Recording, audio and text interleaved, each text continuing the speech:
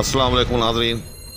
تفسیر القرآن کے سلسلے کی اگلی ویڈیو کے ساتھ میں پروفیسر حافظ محبوب احمد ایک مرتبہ پھر آپ کی خدمت میں حاضر۔ اس سے پچھلے لیکچر میں نے امت وسط کے بارے میں آپ کو بتایا کہ امت وسط سے مراد امت محمدیہ ہے، نیز یہ کہ اس سے مراد بہترین امت ہے، اور یہ کہ ایک ایسی امت کو جس کو ملنے والی شریعت جو ہے وہ ہر اعتبار سے معتدل ہے، جو افراط و تفریط سے خالی ہے۔ آج اسی امت وسط کا ایک اور ٹریٹ،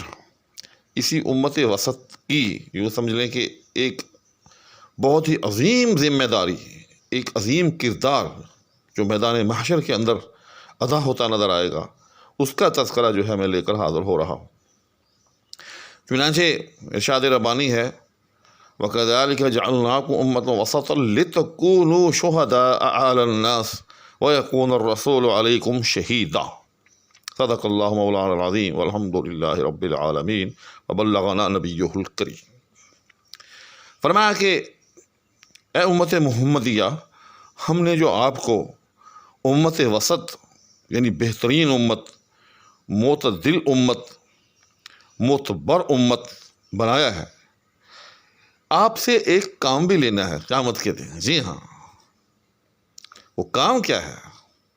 وہ کام یہ ہے کہ قیامت کے دن جب اللہ جل شانہ کا دربار لگا ہوا ہوگا، حساب کتاب چل رہا ہوگا، یہ واقعہ جو ہے جو میں بیان کرنے جا رہا ہوں احادیث کی مختلف کتابوں میں اختصار یا قدر تفصیل کے ساتھ موجود ہے، بخاری میں بھی موجود ہے، ترمذی میں بھی موجود ہے، مسند احمد کی روایات میں بھی موجود ہے۔ چنانچہ جب اللہ جل شانہ کا دربار لگا ہوا ہوگا، اللہ جل شانہ احتساب فرما رہے ہوں گے، تو سابقہ انبیاء کی امتیں جو ہیں ان میں سے وہ لوگ کہ جو کافر ہوئے، وہ کہیں گے کہ یا اللہ، ہم تک تیرے انبیاء نے اپنا پیغام پہنچایا ہی نہیں۔ جی ہاں، مکر جائیں گی، کہیں کہ اے اللہ، ہمارے پاس کوئی تیرا نبی آیا ہی نہیں۔ تو اللہ جل شانہ امت محمدیہ یعنی امت مسلمہ یا امت وسط کو کہے گا کہ تم اس بارے میں کیا کہتے ہو؟ تو امت محمدیہ کہے گی یا یہ امت وسط کہے گی کہ اے اللہ، یہ لوگ جھوٹ بول رہے ہیں، تیرا پیغام تیرے نبیوں نے ان تک پہنچایا ہے۔ اللہ پوچھے گا کہ تمہیں کیسے پتا؟ تو ہم کہیں گے یعنی امت محمدیہ کہ ہمارے پاس حضور اکرم صلی اللہ علیہ وسلم کی صورت میں ایک آخری پیغمبر آیا جس پر تیرا قرآن، تیرا کلام نازل ہوا۔ اس کلام کے اندر یہ تمام تفصیل موجود ہے کہ حضرت نوح بھی آئے، حضرت ہود بھی آئے، الغرض تمام انبیاء آئے، اور تمام انبیاء نے تیرا پیغام ان امتوں تک پہنچایا۔ چنانچہ اس پر وہ امتیں کہیں گی کہ یا اللہ، یہ تو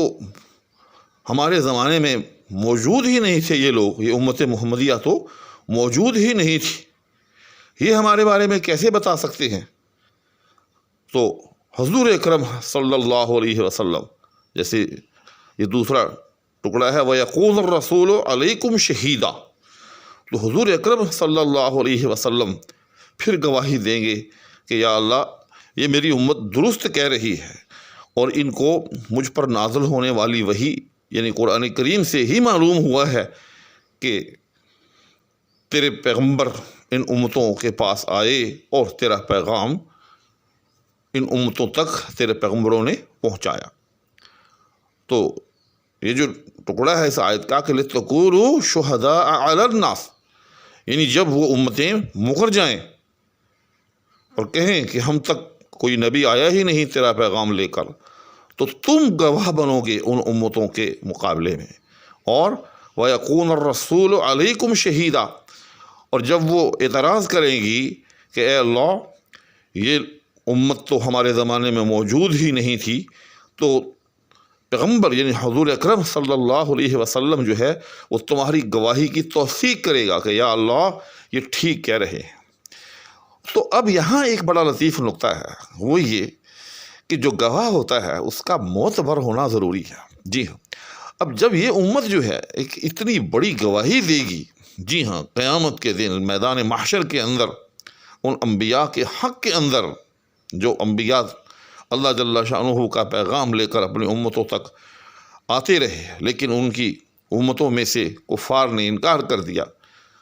تو اتنے بڑے مقدمے میں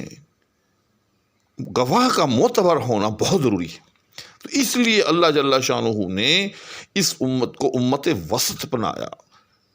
امت محمدیہ جو ہے اس کو خیر امہ کہا کہ یہ امت بہترین امت ہے، اور یہ کہ اس کو ملنے والی شریعت جو ہے افراط و تفریط سے بارہ تر ہے۔ جی ہاں، تو یہ بھی اس امت کا ایک ٹریٹ یا ایک وصف ہے، اور یہ کہ یہ امت جو ہے قیامت کے دن ایک عظیم مقدمے کے اندر بطور گواہ جو ہے وہ پیش ہوگی۔ تو آج کی اس ویڈیو کے اندر قیامت کے دن روز محشر کا ایک عظیم مقدمہ جو ہے اس کا ذکر ہوا آپ کے سامنے۔ انشاءاللہ العزیز ارادہ یہی ہے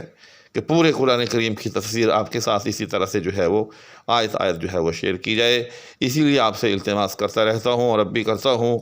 کہ پلیز چینل کو جو ہے وہ سبسکرائب بھی کر لیں، ساتھ میں موجود بیل آئیکن کو بھی پریس کر لیں تاکہ آپ تک تمام ویڈیوز کے نوٹیفیکیشنز جو ہیں وہ پہنچے رہیں۔ اسی کے ساتھ آپ سے اجازت چاہوں گا۔ اللہ حافظ۔